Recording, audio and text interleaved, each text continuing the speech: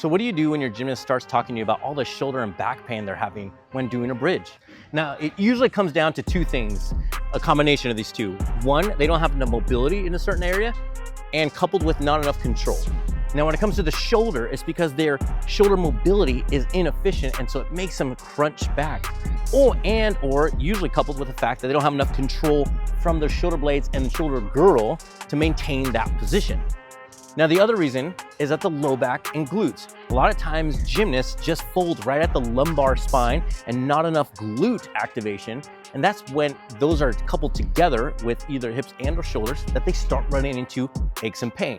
Now, one way you can address that shoulder mobility is getting onto the wall bars. You simply have your gymnast get onto the first rung there, hands here, and the way you want them to do is sit back and arch through and let that chest sink down. You're gonna see how that's gonna pull all of these muscle tissues back here.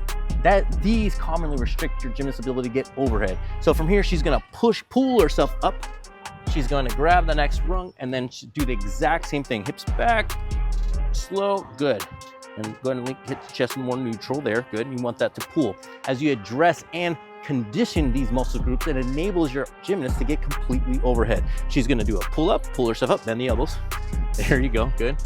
And then she's gonna do it again. Go down, hips back, chest forward. There, do you see how she's already getting into that movement pattern? And she pulls herself up. Now, as you do this 3 times, 3 rounds is enough to get that arms above your head comfortably. Now, a way to start priming that shoulder to get overhead is to get your feet simply on a stack of mats, hands on the ground, and they simply do a push up to pike up. You see how that starts to connect from shoulders up to hip. That's how we start getting a better back bridge there. She's gonna come forward, move her hands a little bit back, do the exact same thing. She's gonna do a bit of a push and then pike. About 4 rounds of this is enough to get your gymnast shoulders primed and ready without fatiguing it.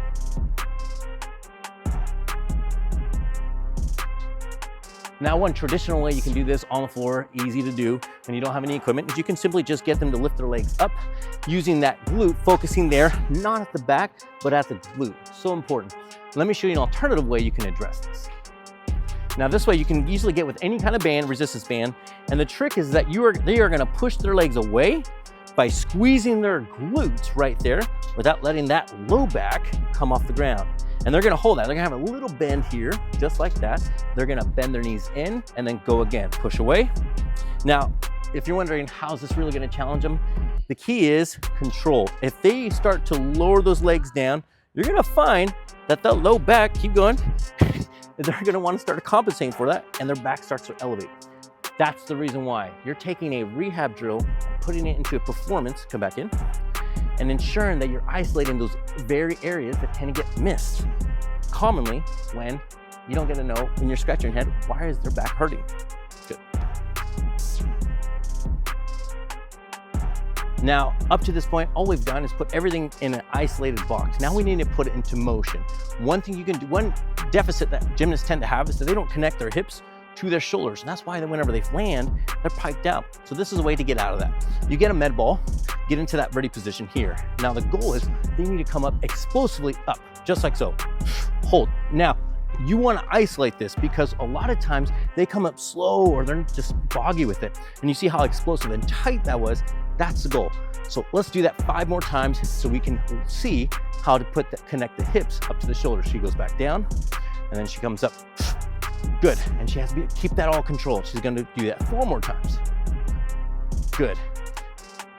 Now you can see that she's gonna start arching here. This is the time I'd cue to stay tall and up and not over arch so we can keep that brace of the glutes and pelvis. Good, 1 more. Now we're gonna put it all together. Now what she's gonna do is when she gets to the top, she's then gonna slam it down and get to that ready position as if she was about to jump up again. So she's gonna get down, set, up, then down. Good. Now do you see how that ready? What does this look like? Whenever they dismount, whenever they're landing from their bars or even their vault or beam, the biggest thing is that they know how to land vertically. This drill helps get those glutes and the rest of the trunk to work dynamically together. Those are just a handful of drills you can do to really optimize glute control without arching at the lower spine and shoulder mobility as well as control in order to maintain that. this is going to carry over to all your other skills you want your gymnast to level up to.